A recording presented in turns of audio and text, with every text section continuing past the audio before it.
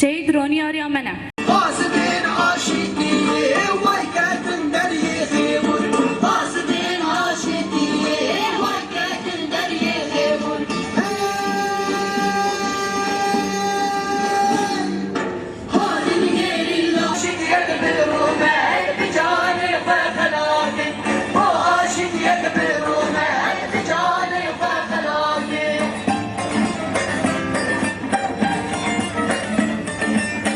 بشخص تواهی شهیدن آزادیه و جنگورین آزادیه ام بشن خدتاوینن هر وها دشمنن هو ایرو ایریشن هو بنا لسرچین آزاد دکن ده انجام ایریشن هو بنا هیرو حفده شهیدن ما خستن جبوه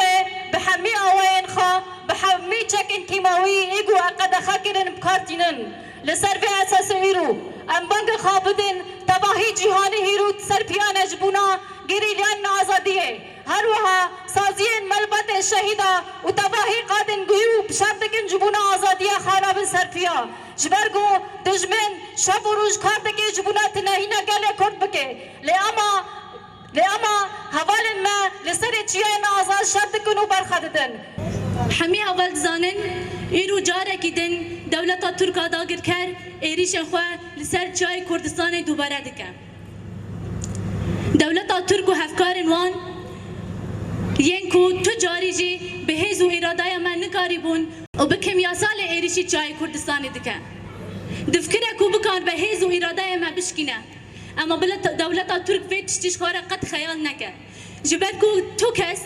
به گریلاین کو خالصر فکر و فلسفه بر ابو پرورده کرنه تو کس نکنه هیز وان بشکنه تو کس نکنه ارادای من بشکنه ده انجام وی شری قریش ده حفده حوال ما گشتن اصلا شهادته دلی ما بون حوالنا خمگینه اما ام هر دبیجن ام هیچ شهید خود گرن جبر کو اف شورش به شورش شهیدات امناف کرن شهداء غيريلا الذين سطروا التاريخ بدمائهم الطاهرة وكافحوا من أجل الحرية وتحرير الشعوب المضطهدة هؤلاء الأشخاص قاموا بأشياء قيمة من أجل وطنهم وشعبهم وأصبحوا رمزا لحرية شعوب العالم لأنهم قاوموا ووقفوا ضد ظلم واستبداد الدول القومية العنصرية. هؤلاء الشهداء أصبحوا رموزا للقيم الإنسانية والأخلاقية